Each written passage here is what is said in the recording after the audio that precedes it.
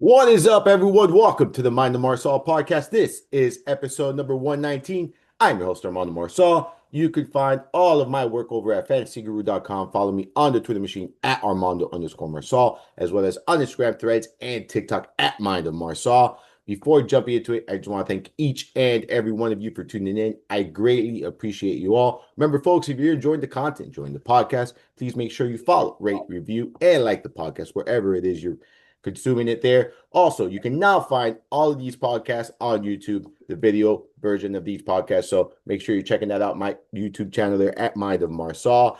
It is Friday, so you know what that means. I got my guy, Chris Rose, with me here. We're going to talk all things Sunday football here, week 4 of the NFL. We're going to talk some survivor pool picks. We're going to talk our bet of the week. And we're going to break down this DFS slate, a good one this week after a challenging one in week 3. Chris, how's it going, brother? Hey man, good morning. How are you? I'm doing good, man. I before we jumped on, told you pretty pumped for this week. I think it's going to be a good Sunday. I like this slate a lot, much better than I did last week, that's for sure. So looking forward to it. We had a Thursday night football game yesterday. Did you watch that game by any chance, the Arizona Seahawks game?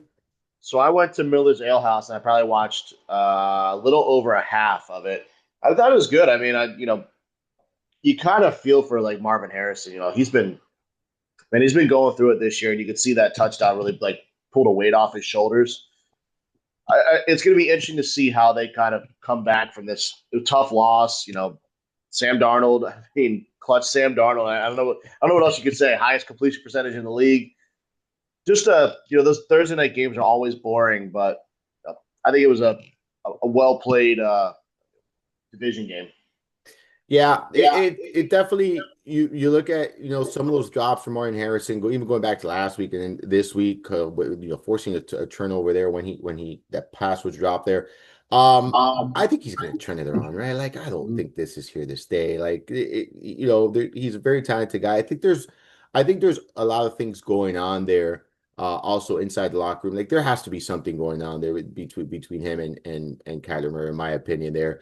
But I think he's going to be just fine. I think this offense is going to be just fine. We got a glance at Trey Benson here. Like it wasn't the most productive day, but he got the opportunities. It was a shame to see that they used DeMarcado down the end there, like in that what was it? I think it was a 2-minute drill.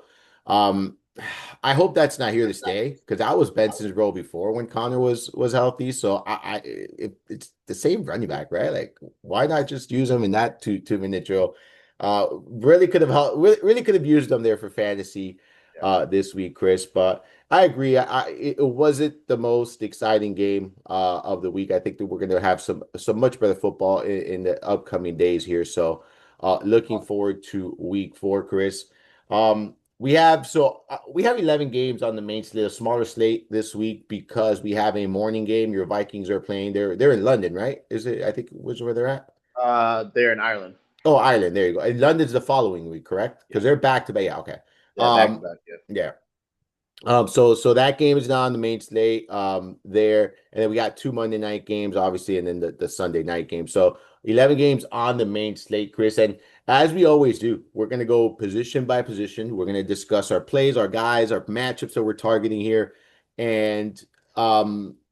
But before we jump into it, we always talk about our overall thoughts on this slate, what kind of week this is, et cetera, et cetera.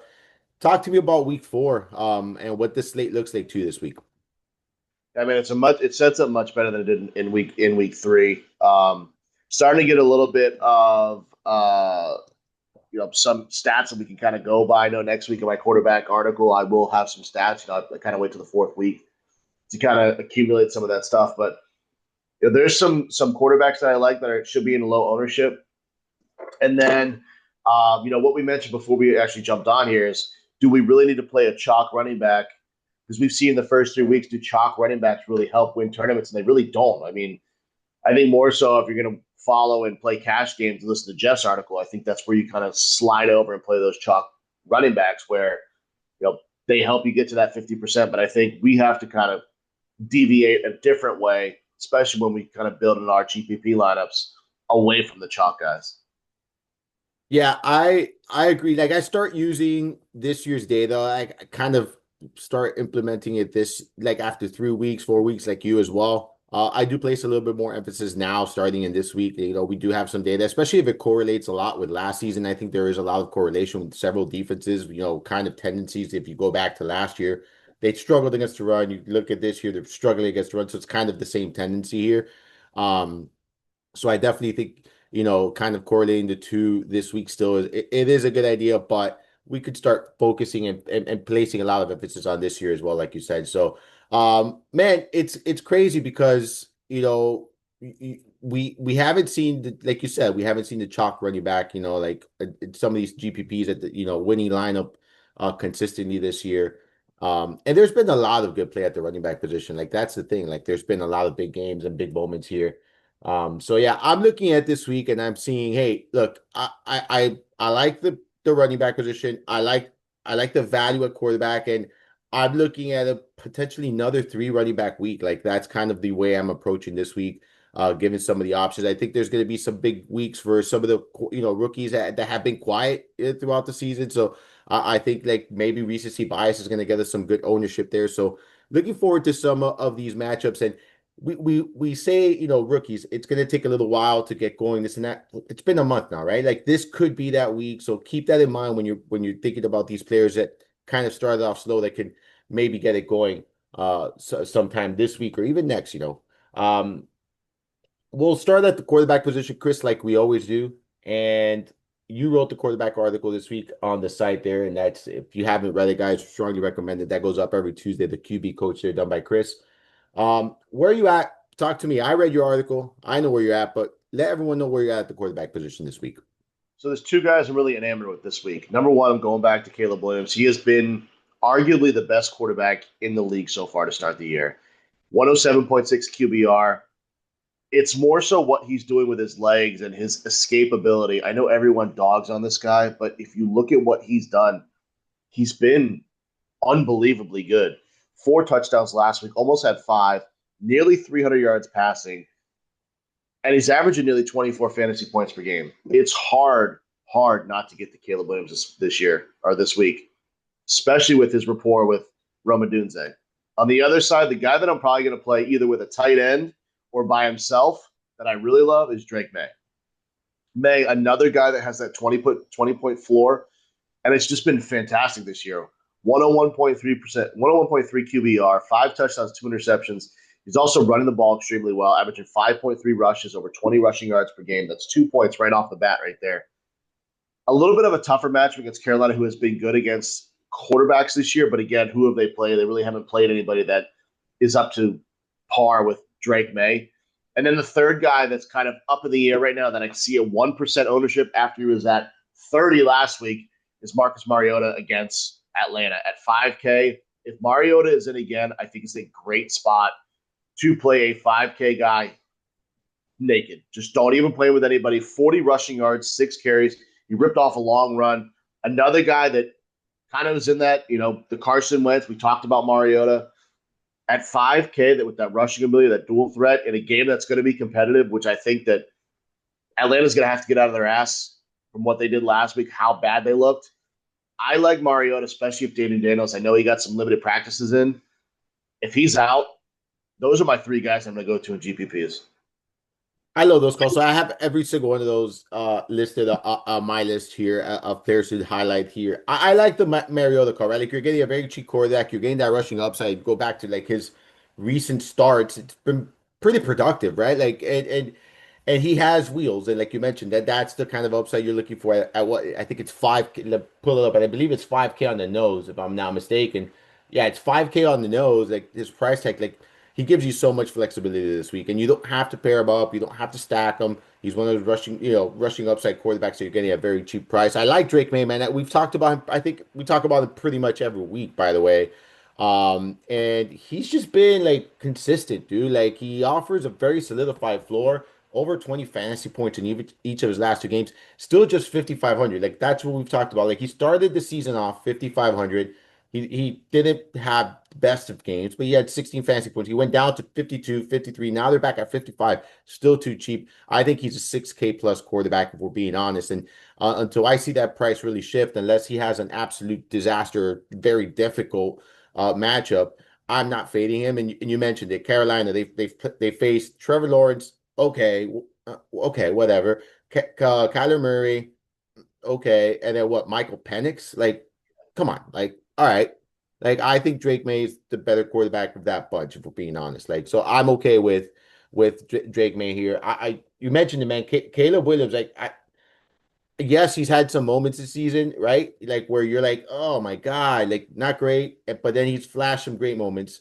But from a fantasy standpoint, we don't care, right? He's scored over 20 fantasy points in 2 of the 3 games so far. 18 fantasy points in his worst game this season. We're talking about another quarterback under 6K here with 20 plus fantasy point upside. And I don't think you need, 30 plus, 40 plus, like, from these guys. I think if you're getting 20 plus, you're going to get there and it's going to give you some flexibility. You're pretty much talking 2K difference between them and the, top guys here on this slate that we're going to talk about now. But I like those 3 calls quite a bit, Chris.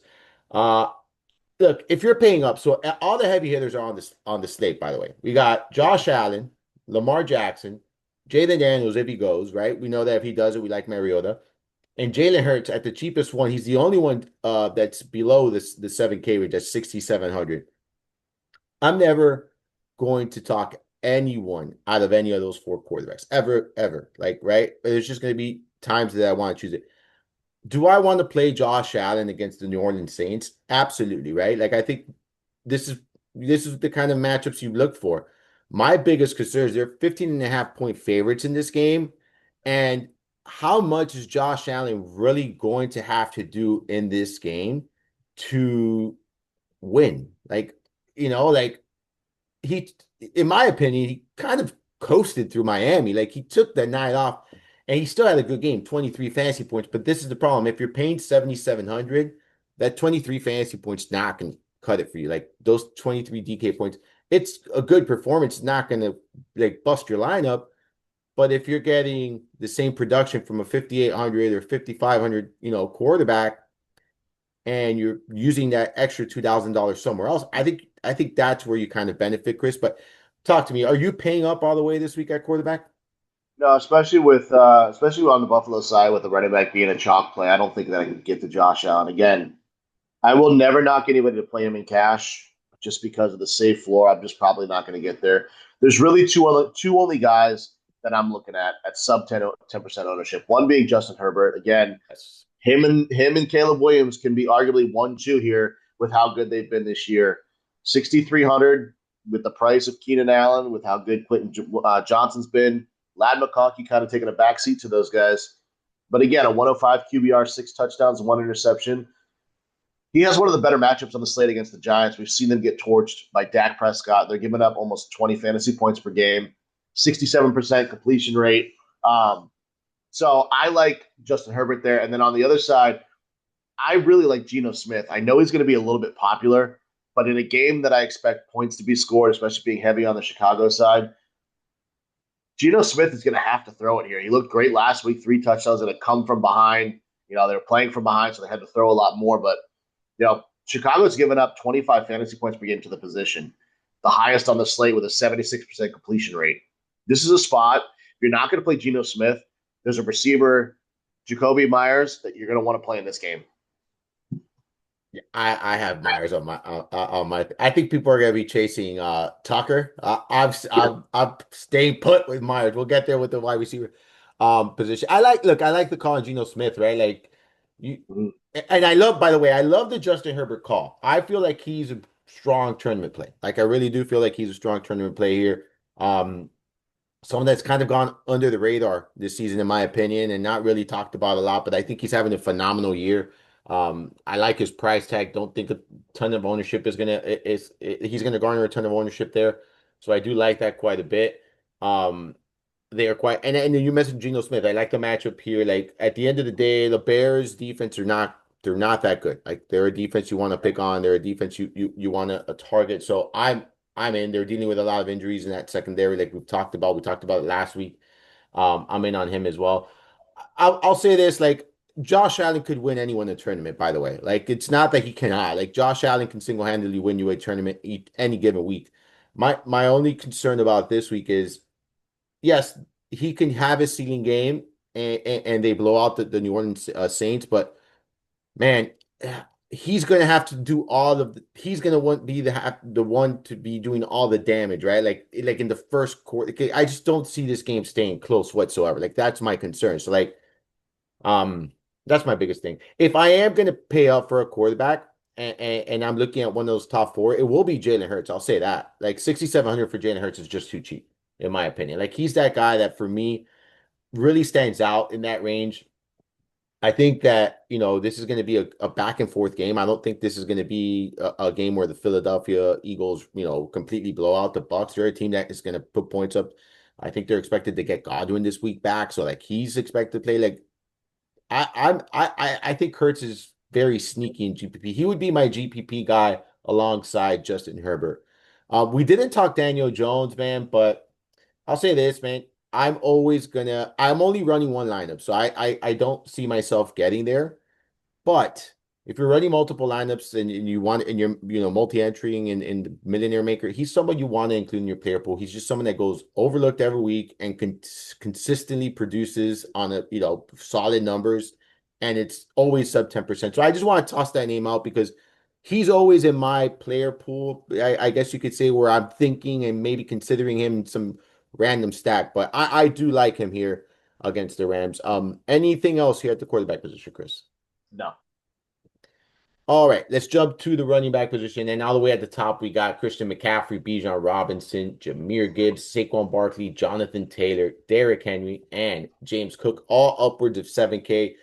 You mentioned Cook is going to be chalk. I completely agree. I think he's going to be in, upwards of, I'm going to say upwards of 20% on here this week. And understandably so, right? So I'm in on him. Obviously, I think they're going to be playing with a favorable game script here. The matchup against the Saints is one that we're obviously interested in as well. Cook has been just on fire to start the season, playing really good football, getting red zone opportunities. He a touchdown in each and every game, at least one touchdown in each and every game. He has 4 rushing touchdowns on the season already, seeing plenty of opportunities. He checks off every single box, right? Where are you at with him this week? James Cook, I'm probably not going to get to him. Um, I know that I don't even think he's going to be the highest on running back, to be honest with you. But again, a game that's going to be blowout, to say the least. I think if he scores, and again, we mentioned this before, if he scores 23, 24 fantasy points, is that going to kill you?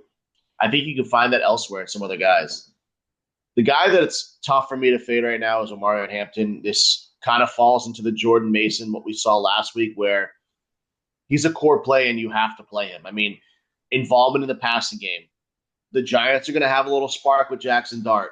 7 targets last week, 19 touches on the ground, 25 total opportunities for a rookie that, if you watched him at UNC, he was an absolute monster even in his freshman year. He's a guy that we've watched the college football live streams that we've talked about for 4 years or 3 years.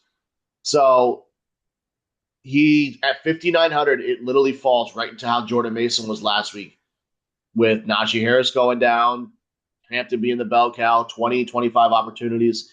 It's a hard fade. I cannot do it. I can't fade him this week. I'll take him at 60% ownership. I think that's a guy you can't fade with the chalk. Yeah, so I have Hampton right now at about 21% projection ownership. I'm good with that. It's interesting that you said you don't think James Cook is going to be all that chalky because I believe he is. And I'm going against the projection system because the projection system has him actually under sub 10% on my end.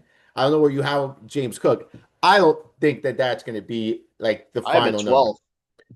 See, like I don't believe that. I believe he's going to be in the 20% range. Well, I see 60%, 65% of the ownership going to McCaffrey and Hampton. Yeah, I have McCaffrey at 25. And then what do you have Hampton at? Because I have 21 for 30. Hampton. I have 30. him. I have Hampton at 34% and McCaffrey at 29%. What do you have Genti at? Because we're gonna talk about Genti now because I want to see. Yeah, I'm high too. No? He's sub 5. See? Yeah, you see, this That's your leverage play. Yeah. Okay. All right. All right. So going back to what you were saying about Hampton, I'm 100% on board with you. He's going to be chalked and I'm going to eat this week too, right? Like that's what I meant. Like there's some rookies. There was a lot of impatience, and I mentioned that at the beginning of this because there was been a lot of impatience when it comes to these players in redraft leagues and what are we doing and are they going to pan out? It's like you got to give these players time. With Najee Harris, like I look, Hampton was in a committee, but now that Najee Harris is out for the season with Achilles injury, there's no one to compete with him. Like there's absolutely no one to compete with him in this backfield, right? So like you saw last week, he was very capable of handling the workload. You mentioned the opportunities there, right? Someone who was very involved in the passing game. He had 19 rush attempts, seven targets there, caught six of those passes. Like he's a dynamic running back. This is why they drafted Hampton, precisely why they drafted Hampton, because he's an incredibly talented running back. You can even say he's as talented as Genty. Some say he was better than Genty. I'm not saying I'm saying that, but some said like there was some out there that, oh, Hampton is better than Genty. Like that's how talented this young man is. And now you're getting him at 5,900 in a plus matchup here. I just don't see, like Mason last week. Like I think for perspective, by the way, the Giants are 32nd in rush DVOA. They're dead last in rush DVOA. Like this is just a great matchup. Like for me, I'm with you. Like I'm all in. Mason did we said this last week with Mason. Like when you're getting a really good running back who's gonna just walk into a bunch of opportunities in a great matchup, you take advantage of that and don't think about it twice. And I think that's what we're doing here this week with him. Um, so you said you're not going to Cook. Are you going to any of the top running backs? McCaffrey, I know that he's going to be very popular. It's very tough, right? Like 32 opportunities in week one and 32 opportunities last week, over 20 opportunities in week two. Like you and I have said this, and I think it's been a steady drumbeat here on this podcast where it's chasing the opportunities, chasing the volume, chasing the touches. It doesn't get better than that for a player, right? So you're nodding your head for those who are now watching. Chris is nodding. It looks like he's on CMC this week, right? Yeah, I mean, 15 targets in week three alone in a game that was. I mean, it was a 16-15 game, and the guy had 15 targets. I mean, he's averaging 10.7 targets this year. 8 receptions, 71 rush receiving yards, another 50. I'm sorry, 71 receiving yards, 58 rushing yards.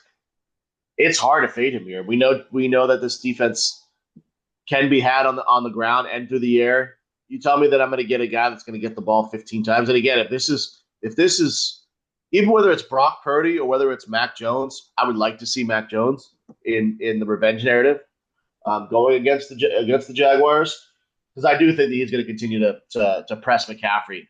He's just they have a lot of design plays, angle routes out of the backfield. They have a lot of design passing plays to Christian McCaffrey to kind of set up for the injuries that they have with Kittle and Jennings and things like that. So especially if Juwan Jennings is out again this week or Ricky Pearsall's out for some reason, I mean, you got to lock in Christian McCaffrey. That's why I said it's going to be chalky. My first two running backs, yes. And I'm not even going to put them as core plays. Just if anyone's listening to this and on Sunday morning, just know that these guys are going to be core plays for me, and we're going to deviate elsewhere. But it is hard to get away from 30 plus opportunities at $8,500. Yeah, it really is.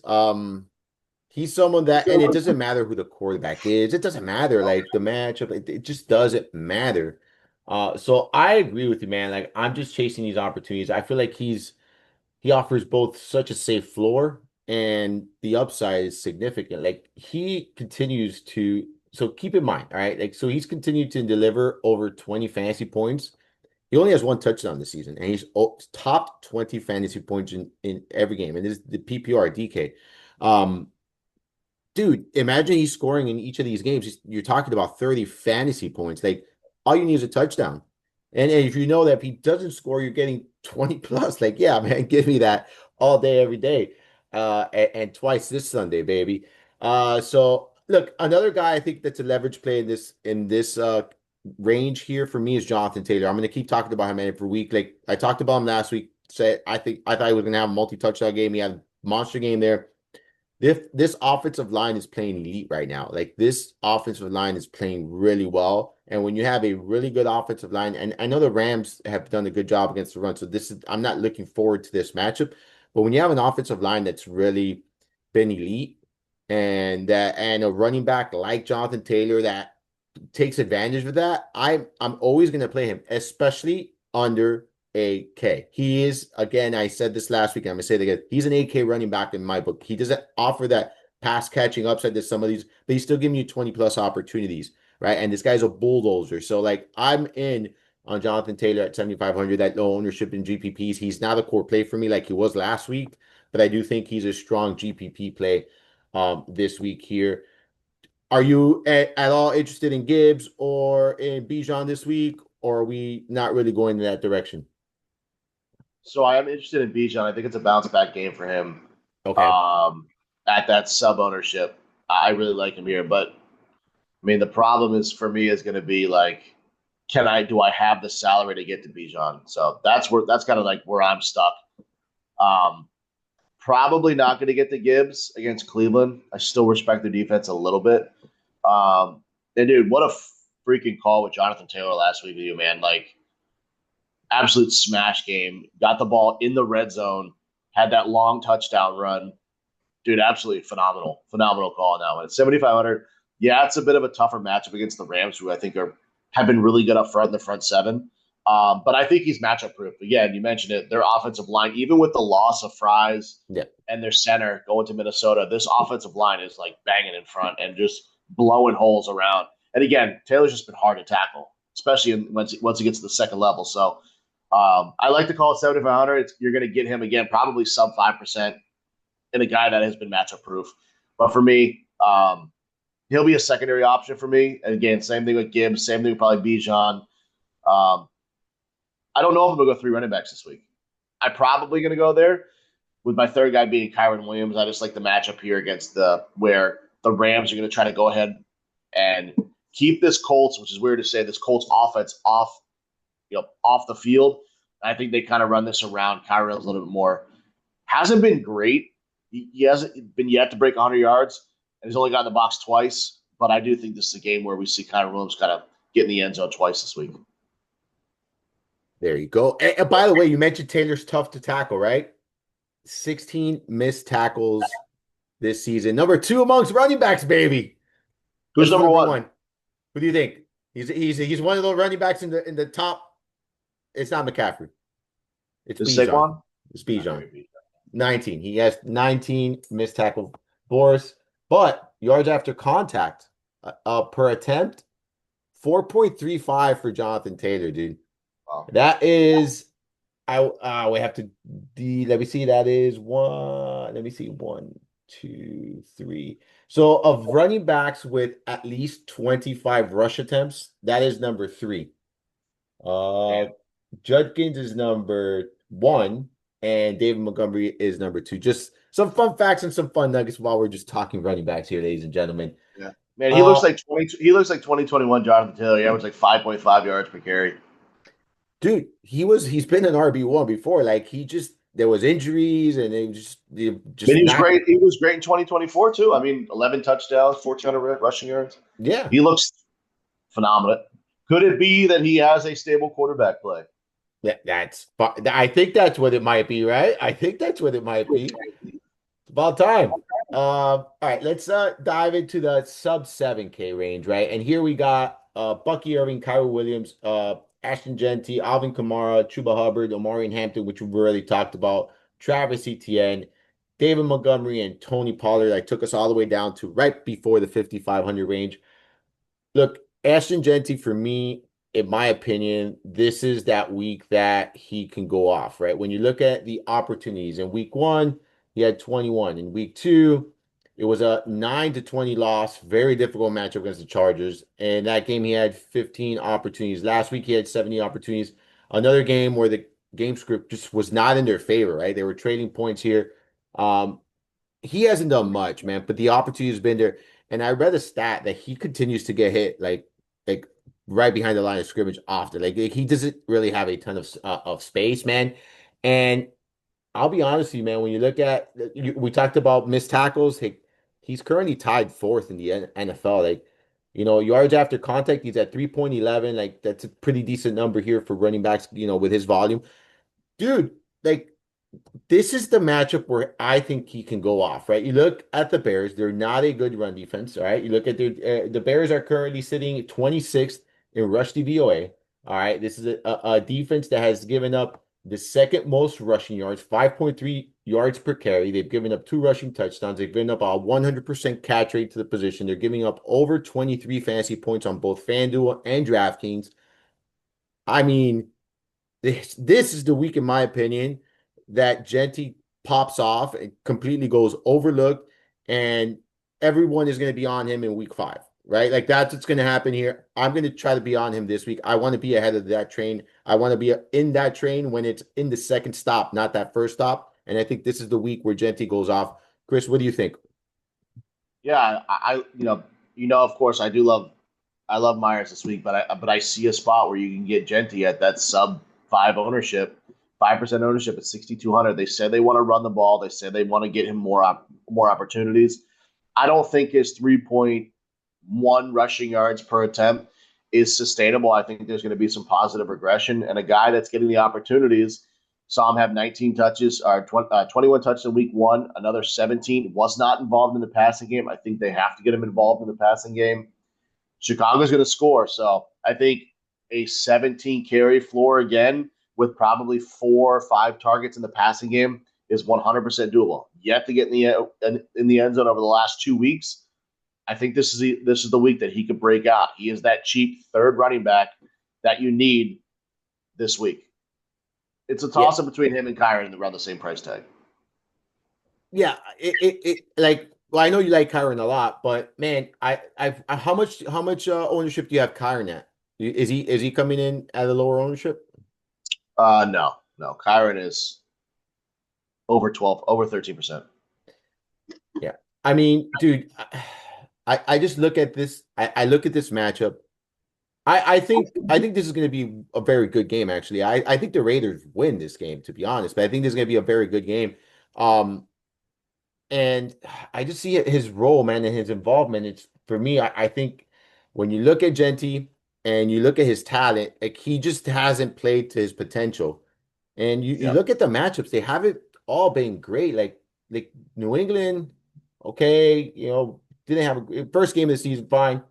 Chargers are not a good matchup. Like, they're really not. Like when you're looking at it, like Washington is fifth in rush DVOA, right?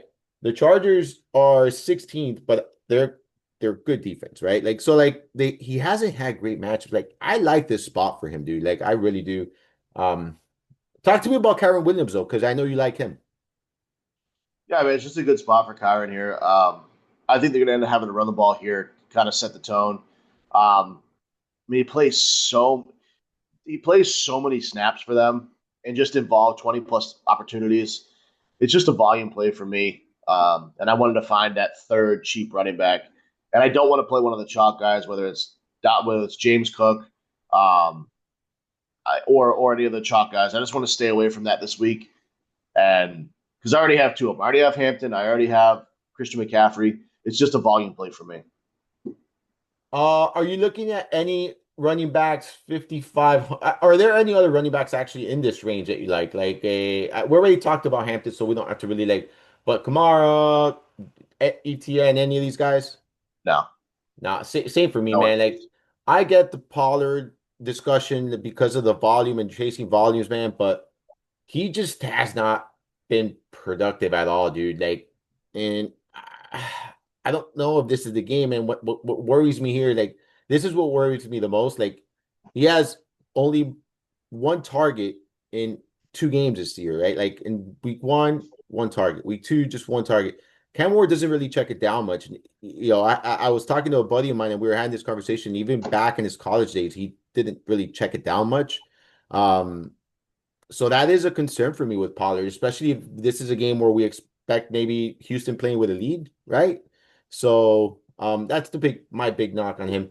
Anyone 55 or below that you're interested in this week? I'll be honest, like Scalaboo's fun to watch, and but there's a quarterback change, and this is a tough matchup, like we talked about the Chargers. Like, so I'm not going there. I understand if you do because there is going to be volume. He is a pass catcher. There is going to be that opportunity there, but I'm not going there myself. Are you in on Scalaboo? I don't think it's sustainable with the way he runs. I think he's just a concussion waiting to happen. I've said this for so long that He is fun to I love watch, though. Scotty, but I mean, it's just the way that he runs. It's just not sustainable in this league to run angry like that. And the way he blocks, too, right? Um, Yeah, I mean, he's a dog, but it's hard, man. use your shoulder, man, not your head.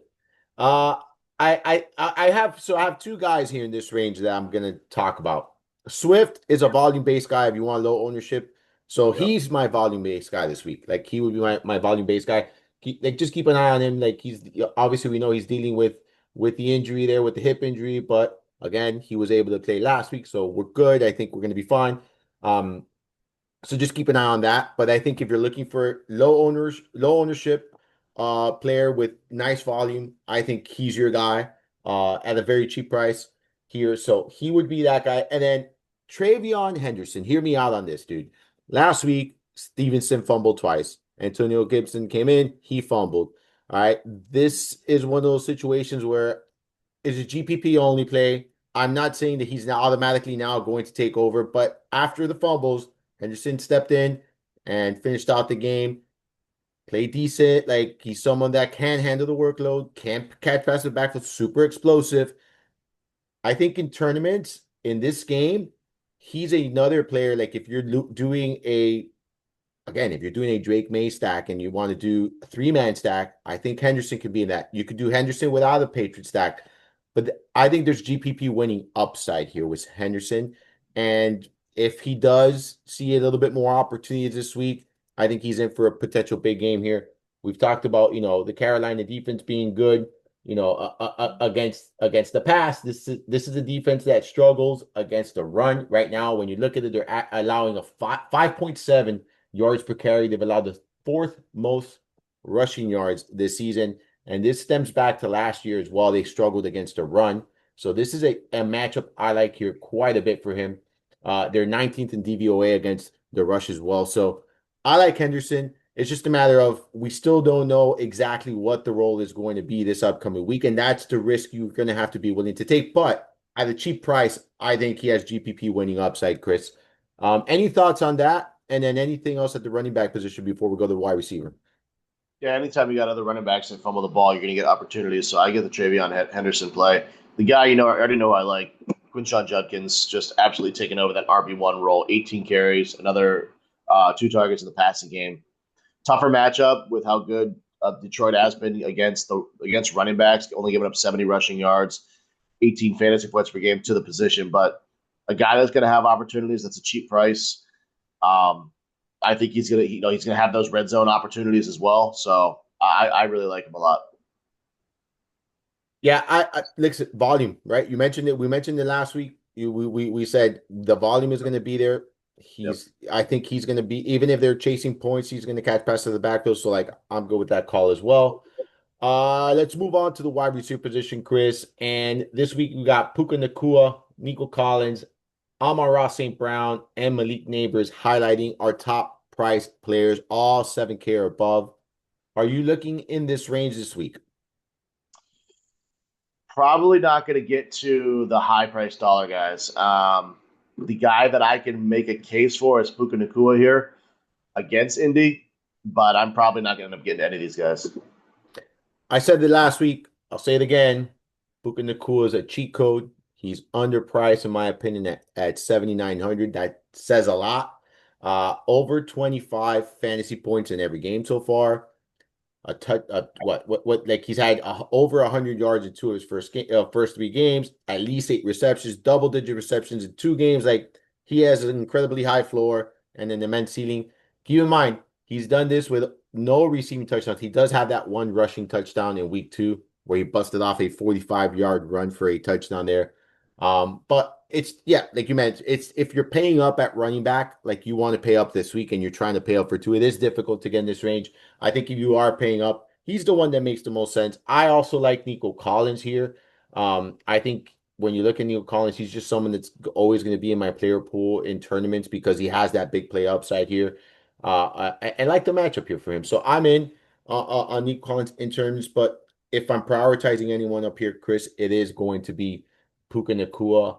All right, below 7K, we got Ibuka, Zay Flowers, McConkey. Mike Evans, he's obviously not going to play, but he's listed there. AJ Brown, Odunze, Devontae Adams, Brian Thomas Jr., Debo Samuel, and Chris Godwin, all six and between that 6 and 7K range. Chris, this is an interesting range. I know you have someone in particular that you're very bullish on here, so let's talk about him. Yeah. So number one being Roma Dunze, just how good he has been over the last 2 weeks. Didn't really go off, but he had 7 targets last week, three catches, and he had that touchdown early in the game. So Adunze, first touchdown in the game, and then really kind of slowed down. But I like Adunze here at 6,300. I know it's a little bit of a price tag. He's up $1,000 from last week, so the price tag is getting up there, but the opportunities are there for Adunze. Second guy that you got to really have to look at is Emeka Buka with Mike. I have a brain fart. Mike Evans going down. Ibuka should slide in that wide receiver one role now. Godwin should be back this week, I believe. They say he's back. It's questionable right now. Did not practice on Thursday, but Godwin should be back this week. I like Ibuka at 6,800. And that's really all that I'm looking at this price tag. There's not much that I like from the 6K to 68 other than those two guys. Yeah, so they're expecting Godwin back this week, right? Like he practiced Wednesday, he took the day off Thursdays. Like I think they're expecting him back this week. And Buka is interesting because you know that the volume is going to be there, like you said, right? Like I think he's the one that he has 6 week 1, 7 targets week 2, 8 targets week 3. Like he's going to see plenty of opportunities here this week. I think if Godwin is a go, we could look at Shepard here as a cheap option that we could discuss later when we get to the cheaper options. But in this range for me, look, it's going to be Odunze. I like the matchup here against the Raiders a lot. Whether I play Caleb Williams or not, Odunze is probably going to make my lineup. He's really emerged as the alpha in this offense. He's leading teams in pretty much every receiving category. Has found the end zone in every game, not just about in every game at least once. He has 4 receiving touchdowns here, no less than 7 targets in any single game. I mean, it's difficult not to be in on Odunze. Like I feel like his price has been like just stuck in the same place. They don't adjust the price despite how well he's playing. So I think we continue to take advantage of that right here this week. I want to talk about Devontae Adams because you mentioned it's very difficult to get to Nakua. I agree. I really do think that if Adams goes, he's dealing with a hamstring injury, everyone. So, like, if he gives it a go, he didn't practice on Thursday. We're recording this Friday, so we don't know. We're not going to have the final practice injury or an injury report when we're recording this. So, that's something you do have to monitor there. But I'll tell you this, man. If Devontae Adams gives it a go this week, I know it's going to be, risky because of there's a hamstring injury and those could always like re-aggravate, but I'm in on him this week, man. Like at 6,200, I'm going to read you some numbers here. 28, 39, 26. They're all percentages. Those are target shares on a weekly basis for Devontae Adams. He leads or he's tied and he leads the team, but he's tied in the NFL for most red zone targets with 8. He has 8, 12, 8 targets on the season.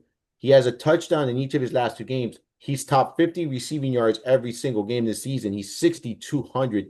We know in Los Angeles, when we're talking players, we know 2 things. Number 1, Kyren Williams is going to get a ton of opportunities. And in the passing game, we know that the top 2 receivers, Puka Nacua, last year we saw with Cooper Kupp. This year's Puka Nacua, Devontae Adams. That is where all the targets are going to go. That's the concentration of targets is going to go right there. And then Kyren Williams is going to be that third guy that they utilize in the passing game. That is the Rams offense. It's been the Rams offense for multiple years now, and it hasn't changed. Adams is going to continue to see an abundance of opportunities on a week-to-week basis. And I'm in here, man. I like this. I look at it. If you're playing Jonathan Taylor, you bring it back with Devontae Adams, and that's your GPP, contrarian plays right there. You could be chalked the rest of the way, and I think you have a potential game GPP winning lineup. Chris, any love for Devontae Adams if he plays? Yeah, I mean, he make very valid points on it. At 6,200, definitely makes sense with his target share. 8 targets, 10, 13 targets, 8 targets. We expect the Colts to score here, so definitely makes sense. If you look at what he's done over the last 2 years against the Colts, he's averaging 26.9 fantasy points per game over the last 2 seasons. So, yeah, it makes sense here. 8 red zone targets this year as well.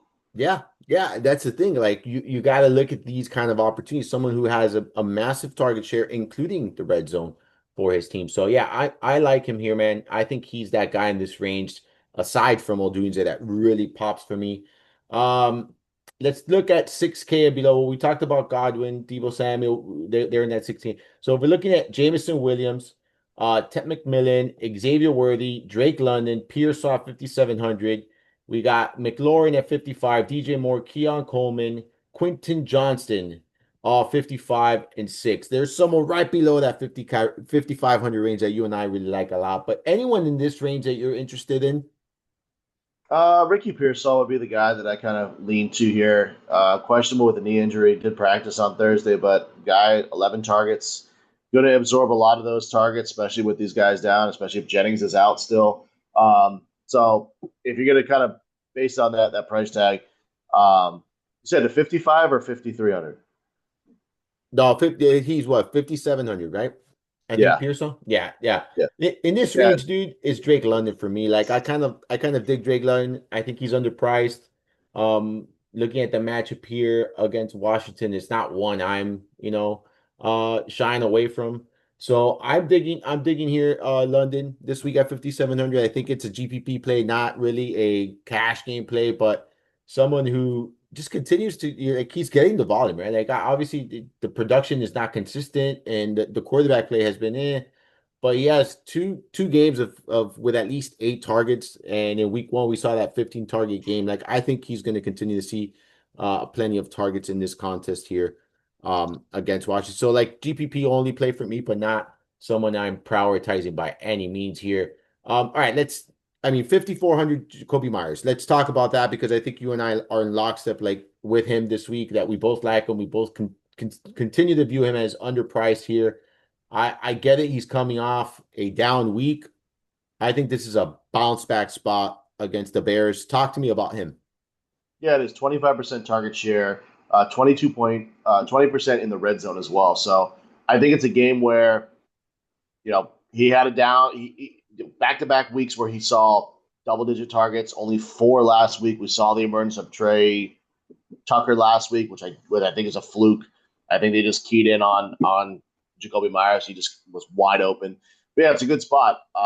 Chicago giving up 171.7 receiving yards, 43.3 fantasy points per game, which ranks 29th in the league against the position. So all of these Raiders wide receiver in play here. But of course, our favorite at a cheaper price than last week when he was 5,600 is a Jacoby Myers here.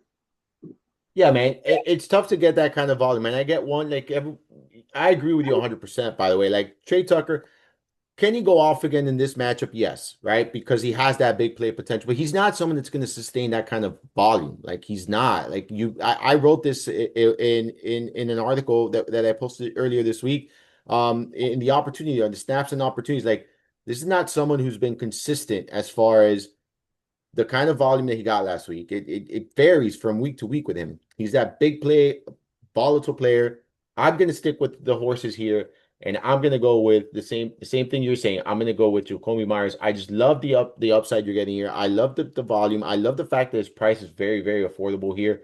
So I'm in. I'm in on Jacoby Myers. I think that he's gonna get back on track this week and have a solid outing. And I'm okay, by the way. I'm okay with I'm not sure if I'm going to end up doing a full blown Raider stack, but I'm okay with playing Genti and Myers in the same lineup for those wondering. Like I'm totally fine with it. If you do that, you're at that point you add Geno Smith to your thing and bring it back with Odunze. You stack this game up if you wanted to there. That's a way to go about it.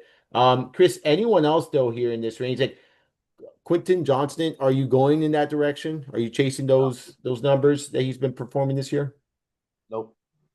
Um, I look, so in tournaments, I'm not going to talk anyone out of him, just because the volume has been pretty steady.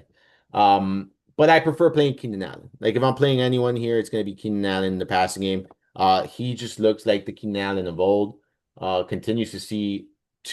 I think that you cannot ignore the targets that he's getting. Like that's just my thing. He's 5,300, so the price has gone up, but 10, 7, 10. He has a touchdown every game. I don't expect him to score every week, obviously, but 5,300, man, for someone who's getting this kind of volume, I think he's a good cash game play, right? I think he's a very good cash game play at Yeah. 5,300.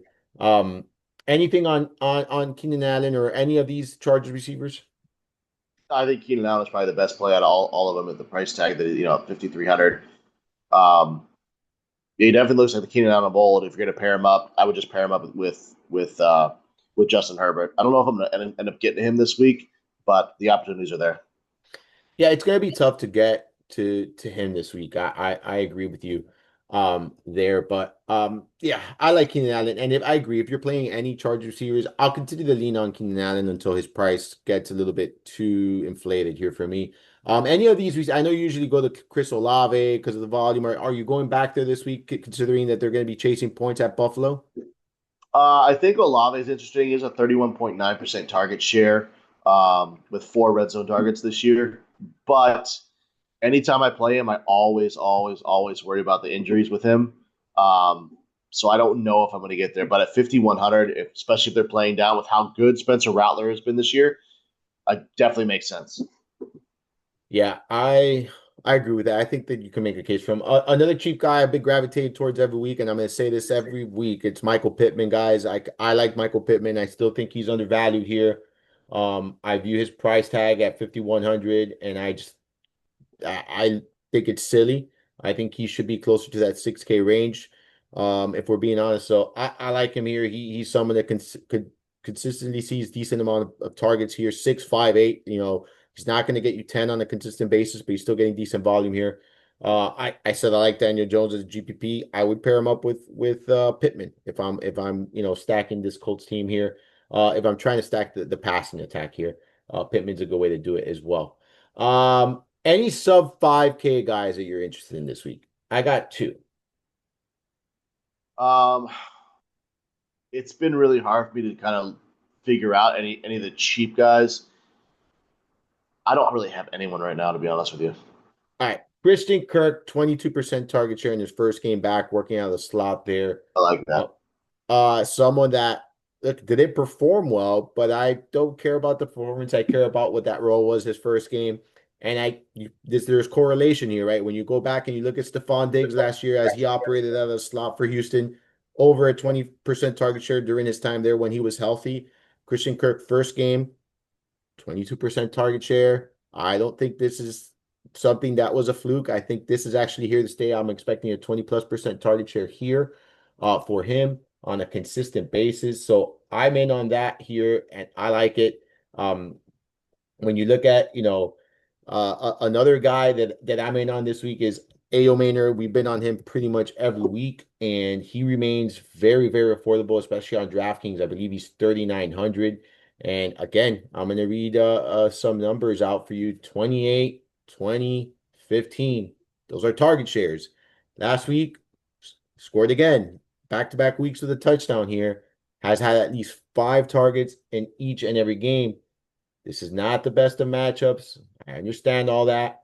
But when you got a player that's that cheap at 3,900 in a contest that I expect them to be chasing points, for me, if you're diving this far down, he makes a lot of sense. And I think he also gives you somewhat of a steady floor to a certain extent, given his role in this offense, Chris. Any thoughts on any of those guys and ready to move on to the tight end after that? Nope. I agree with you on both of them. I think that Christian Kirk is a great call there, especially A. Manor. Really nice report of what he's done, touchdowns in back to back weeks. So yeah, I agree. High end tight ends, Bowers is the guy here this week. Only guy over 5K. Are you in or are you out on Bowers? Out. Go in. Chris Nor, you never pay up for tight end, dude. I know that. Ever. I have to ask Ever. the question though. I have to ask the question. I'll just say this: if you play Bowers, are you doing DFS wrong? No, you're not. No. He's obviously the best tight end in football, or one of the best tight ends in football, however you want to view it there. But I agree. For me, it's very difficult to pay up this week at the tight end position, given where I'm going to have my most of my resources, allocated here.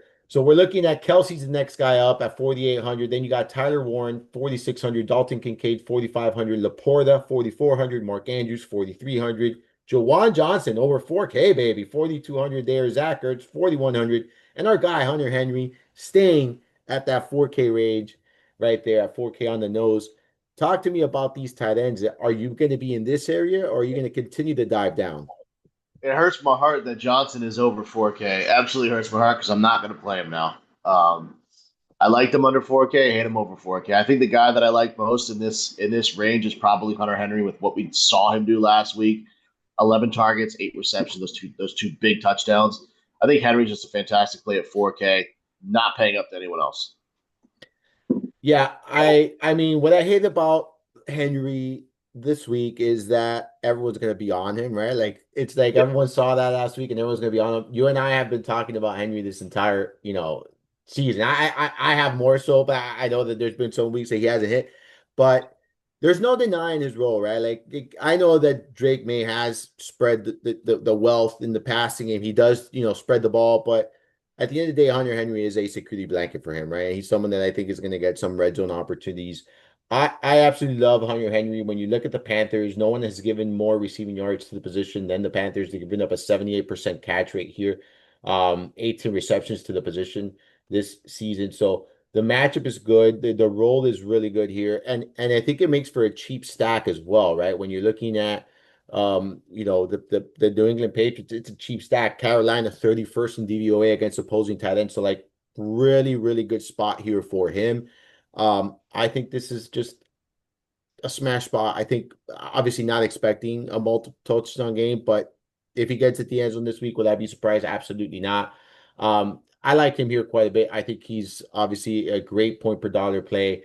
I'm going to say this, man. Tyler Warren's always going to be in the player pool for me as well, so long as he's sub 5K. I'm not going there myself.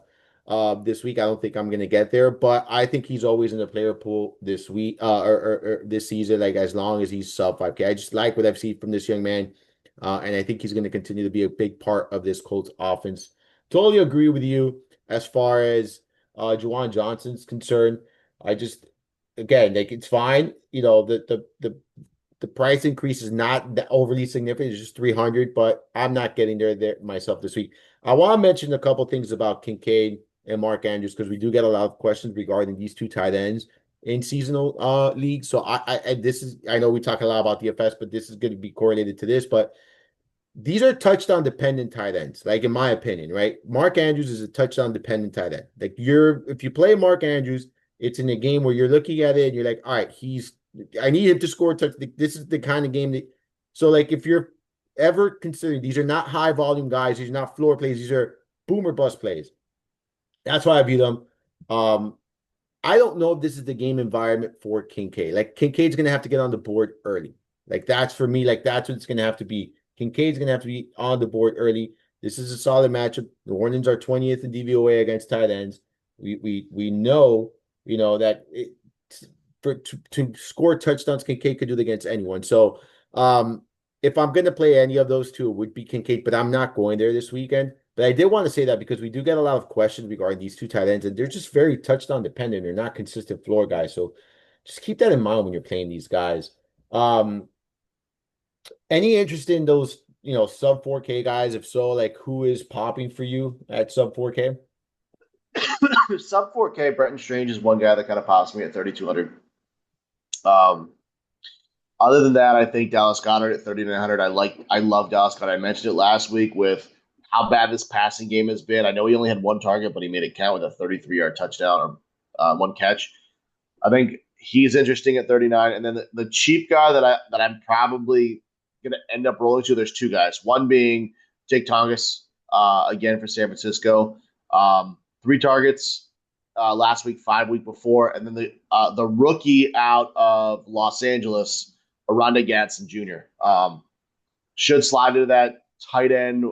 I think he's going to be in that tight end one. They run two tight end sets with Conklin and Gadsden, but at 2,600 for the amount of opportunities that he had last week with the 7 targets, 5 catches, he was a monster at Syracuse. I don't think people realize how good Gadsden was at Syracuse. He is a guy that can stretch the field. He is like an Antonio Gates type. So I like Gadsden at 2,600. I like that call, man. Like if you're really like going down there, right? Like I think that makes a lot of sense. I got a tight end that I think no one's gonna be on this week. Let me see I'm interested to see your projections. Because I have them at 10%. I'm interested to hear your projection on him. And I think he's in a good spot, right? He is facing a defense that has struggled against tight ends this season. He's in a position where he's going to be chasing points, in my opinion. This defense ranks dead last in DVOA against tight ends. And this player is talented, but hasn't really had any monster games. Has a 6, 5, 7 targets this season. His name is David Njoku. Interested to see where you have him in ownership because I think he's someone that's like kind of going to go, overlooked. And maybe I'm wrong. And this is a matchup where Cleveland is going to be chasing points, if you ask me. And Njoku, when you look at, yes, Fannin is involved. I know there's a lot of love for Fannin this year, but Njoku is third on the team in receiving routes run. Okay. He has one less target than Fannin. So like they are splitting the target share. But man, I just love this matchup for him. Where do you have him ownership wise? Funny thing is, I have him at the highest owned tight end on the Really? slate. So that he's not going to go overlooked, and I'm complete. Then there Yeah, you go. I have him tied with Hunter Henry as the highest I thought projected Hunter ownership. Henry was the guy that's going to be take all the ownership this week, to be honest with you. So you see, like that, if it's like that, then I just rather go Hunter Henry. Like, Yep. if it's that close, I rather go Hunter Henry. So all right, so all of that build up for nothing. If this guy's going to be fucking chalk, bro. What the hell? God. All right. So you know what? Maybe the pivot play is Fanning. Just understand there's more volatility with Fanning than there is with Njoku. So there you go. Pivot to Fanning and then same take there. But I do think that this is a good matchup for the tight ends here. For the Cleveland tight ends, to be honest with you. And outside of that, man, like Kyle Pitts, I'm gonna mention his name. He's getting at least 5 targets in every game. Like Yeah. GPP only, but that's about it. I feel like I'm just gonna stick in that Hunter Henry, and that's gonna be my play this week. I don't see Let me myself. ask you this. Let me ask you this with Atlanta. Do you think we see Kirk Cousins again? So no, I said this on Tuesday with Russell Clay on the last podcast, and I told him like I don't think we're gonna see Kirk Cousins right now. I think we'll see Kirk Cousins if Michael Penix has a couple more of these games. Though, like he looked awful, by the way. Like he looked atrocious last week. He could not like hit his receive. Like I don't even know who the hell he was throwing the ball to. Like it was like pretty. It was the worst performance I've seen from him, obviously, and then from a quarterback in quite some time. Like it was pretty bad, man. Um, I don't think you're going to see him this week, though. I don't think you're going to see him this week. Why you do? I don't know. I would. I don't. I kind of. Do you prefer him? Like, would you prefer him over Penix? Because I think The way that Penix played last week. I mean, he played great against Minnesota. Yeah, yeah, I know. But if he looks like that again, there's going to be some serious issues.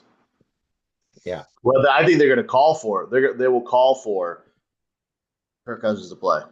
That's the thing. Like, I feel like if he has a couple more of those performances, yeah, then we're definitely going to see Kirk Cousins. I don't think it's going to be immediate. Like, it has to be a couple more because they play good defense. They have a good run game. Like, you just need someone not to throw the ball to the other team.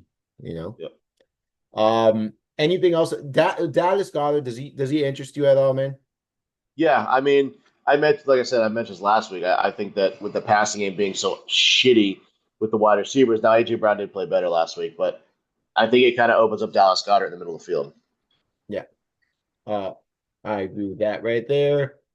And then that's it for me. Anyone else? No, I have no one else. All right. Let's do defense, buddy. You know how we do this. So you scroll all the way down, and you go down, and then you go up. And I'll be honest with you, man. Like, I have one that feels so dirty. I feel like I know what you're gonna say, and I thought about it, but I don't want to do it. But are you in the bottom 5 right now? I'm in the You're bottom 3, aren't you? yeah. Yeah. You see, go ahead and say it. Tennessee. Yeah, that's I I did feel it. so dirty. I know, I know. I looked at that defense and I knew it. I once you said when it feels dirty, I'm like, I know exactly what he's talking about because I feel the same way that he does here. And I can't stomach it, man. I might end up there if we're being honest, because I'm one of those people that I don't Bro. He feel like looked I good sh against Denver. yeah. I They're think they Denver and Houston are very similar. yeah. I'm gonna say this. I don't mind them. I'm not gonna be completely against them. I think Jacksonville's interesting too, by the way. They are. All right. I think That was the other Jacksonville one. is very interesting. I think they've been playing really good defense. Obviously, if you're playing McCaffrey, that's a negative correlation. Um, so maybe that's not the direction you go. But those would be the two defenses that I say this is where I'm punting.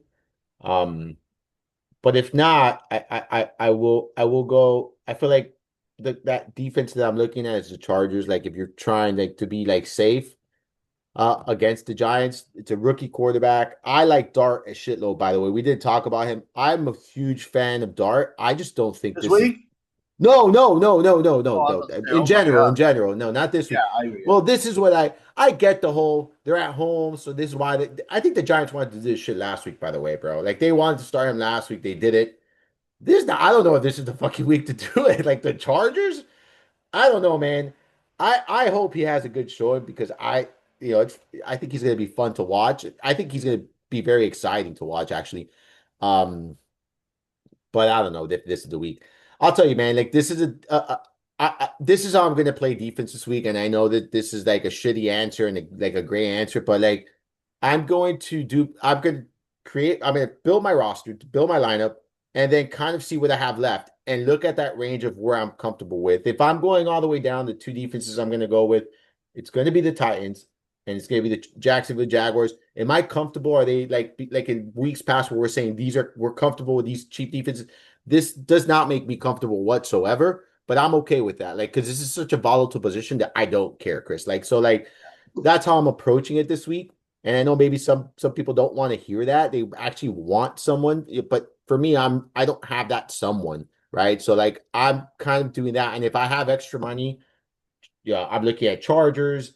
I'm looking at Houston against Titans. I think that's a good defense this week. I think Detroit against Cleveland is a good defense this week. Like feel like those are good defenses this week as well. I don't normally like to pay up that much, but if I do have the extra funds, I don't think I will. That's kind of in the range I'm at. Any thoughts on those guys? Anyone else you have? I mean, I'm pretty much locked in on Tennessee. Yeah, there you go. Chris says, I don't care. We're Very, going very dumpster similar. diving, We got baby. ass. Who did we play Yes. last week? We got our ass kicked by Indy. I Who played the was it? fucking Raiders and I got smoked. That's what it was. I got smoked by the Raiders. Yeah, I said, fuck it, take it out. But it's fine. It's smoked by the fine. Raiders. Like, it's fine. Like, at the end of the day, like, it's a defense, dude. Like, you know what I'm saying? It's a defense. It's very volatile, high variance. Like, it is what Yep. it is. All right, let's talk survivor pool picks here. Let's jump into that. Um, Bills, I think, are obvious. If you didn't play them last week, they're the chalk this week.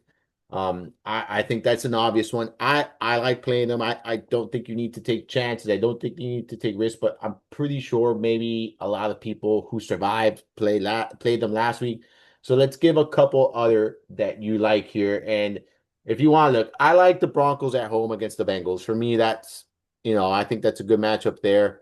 We saw how bad the Bengals looked last week against Minnesota. So without Joe Burrow there, I like the Chargers at New York. I look as much as we talked about Dart right now that I like this young man. I think he's gonna have he's gonna be good for the Giants. I think he's their answer. I think this is a tough ask for a rookie quarterback playing his first fucking game, dude. So, and the Chargers, in my opinion, have looked like one of the best teams in football. Like they're playing really good football. So those would be my top two, and I'll give a third in case someone does not want to utilize. And I'll give this would be if you wanted really, I guess I want to say take risks. Um, I think the Patriots beat the Panthers. Like straight up, I think the Patriots beat the Panthers. That's a bit riskier. I don't think you need to take that kind of risk this week. But if you're trying to go, against the grain here. There you go. What are your guys? What are your picks here, Chris? Yeah, so I'm gonna go. My survivor picks could either be the Lions. I'm gonna play it safe. The Lions or the Pats. Love that. I agree. I think the Pats win. I got a couple bets here. I like Atlanta at plus 1.5. Yes. I like that at home. I like Tennessee plus 7 on the road to Houston. I think Houston is a fucking mess. I think, and then I kind of like the Giants here plus 6 at home. You like the Giants plus 6 at home? Yeah, Huh. Um, I think the Chargers going over. I think the Giants defense has been a little bit better. I think they're going to get pressure on Herbert. it's funny. You like underdogs. I like underdogs. You know, you get multiple bets this week. I'm going to give multiple bets this week as well. So I'm 1-2 on this show. I'm 4-2 in Discord. All right. So make sure you're checking out Discord I got to because start tracking my man because we were hot last week with some of my underdog you bets. went, you went, you went. I think you went 2-0 because you took Bears money line, right? And then you took Bears getting the points, Yeah, right? If I'm not mistaken. So like that was your two last week. You talked me off the Dallas Cowboys ledge. Thank you very much, sir. I appreciate that.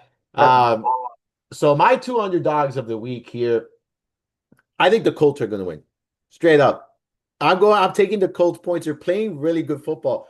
I like what I'm seeing, dude. Like I feel like everyone's waiting for this offensive team to fail and they continue to produce. And I think they're gonna go into LA, man. I like getting the points here.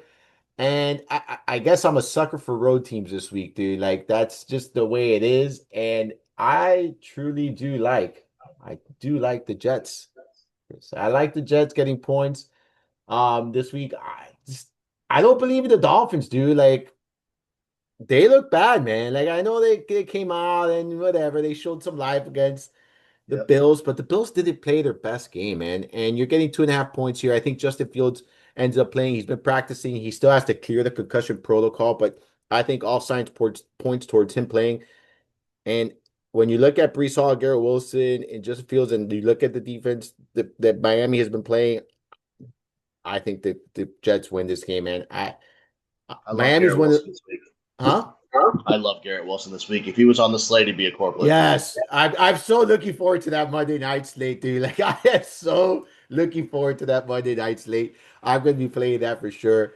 I love that entire stack. If we're being nice, it's gonna be a fun slate. There's gonna have to be obviously you're gonna have to identify the unchalky plays to win that slate, but definitely gonna be a fun one. You have the Jets at Miami and you have the Bengals at Denver. Two fun games in my opinion. Two games with 44 over unders or higher. So should be fun there. Chris, anything else here from the betting? So I got the I got Colts getting points and I got the Jets getting points. The Colts are getting 3.5, Jets are getting 2.5 here. Both road teams, guys. You said you have one more. Look at you. You got one I more. got I got one more because I'm putting in some this week. I like Minnesota at minus 2.5 against Pittsburgh. I'm going with a homer bet here. I think Minnesota in Ireland minus 2.5. Take them on it. I think that they're going to be 100% ready to. Their defense has just looked spectacular. I think there is someone very bullish on them in our circa thing. Let me pull that up. But yeah, I agree. While I pull it up, Chris, why'd you tell everyone you got cooking this week, where they could find your work and all that stuff? Yes, I was going through reading my article here in between. Just when we do this pod, I'd like to look at make sure I stay in line with my article. So, article's coming out Saturday night. We got the college football live stream tonight, 9 p.m. Eastern. MLB cheat sheets just got posted for tonight's slate. We got the DK late 7 p.m. slate article coming tomorrow as well. I got two football games tomorrow. My son's one at 12 o'clock, one at 6 p.m. And then we got the Sunday live stream at 12 noon. So busy weekend as always, starting from today all the way through Sunday. By the way, best of luck in the football games, man. We're done with baseball for the week. My daughter does have basketball tomorrow, so luckily I wasn't able to attend her last game because my son had a same time they had, so we had to divide and conquer at home here. So, Yep. but this week I get to watch my daughter play basketball. No more baseball. The kids had a pretty decent week this week. They went 1-1. We got There our you go. asses kicked on Wednesday. We did play some big boys. We have a small team. Our guys are all small, you know. We did play Yep. some big boys, but yesterday we came back out and we won 21-3. So it was a nice bounce back after getting Wow. beat on Wednesday night. It was definitely a good game for the boys, and ended the week on a high note. So the rest of the week they got off, but back to work next week. But yeah, like you mentioned, here we got plenty of content. You Yeah. love that GPP article that you post every Saturday. Listen, guys, I recommend it each and every week. I say it. I'm not lying. I read it.